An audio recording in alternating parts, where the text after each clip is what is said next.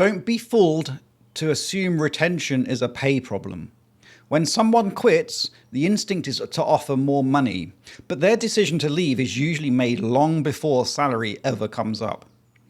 Around a third of UK workers say they are considering leaving their job, and employee retention ranks among the top 5 HR challenges for more than a quarter of UK employers.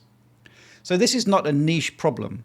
The CIPD is clear on this. Pay is not a silver bullet.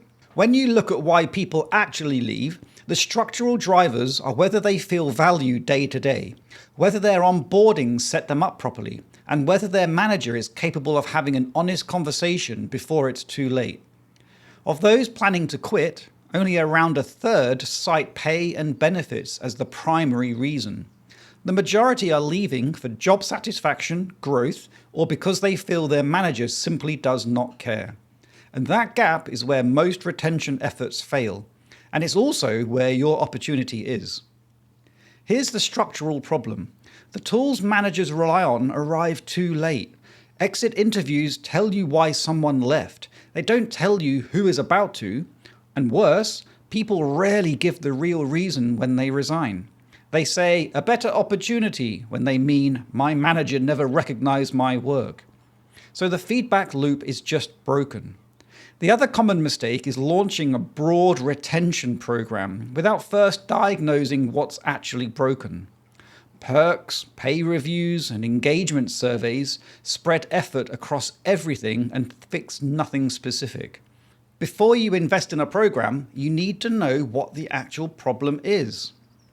There are 3 structural levers worth your time this quarter. First, the stay interview. This is a short, structured, one-on-one with your very best people, focused on 2 questions. What keeps you here, and what might cause you to leave? This isn't a performance review, not a survey, a direct conversation. It gives you the diagnosis everything else depends on. Second, an onboarding review. Early turnover is disproportionately high, and it is often caused by unclear role expectations in the first few months. If you are losing people before their first anniversary, your onboarding process is the lever to pull. Third, manager capability. Research consistently points to poor management as a leading driver of departure. If your managers cannot have honest, timely conversations with their teams, no retention program will compensate for that. So, which one do you start with? Well, here's a simple rule. If you don't yet know why your best people are staying, start with a stay interview. It is the diagnostic that makes every action more useful. Run it this quarter, not after someone hands in their notice.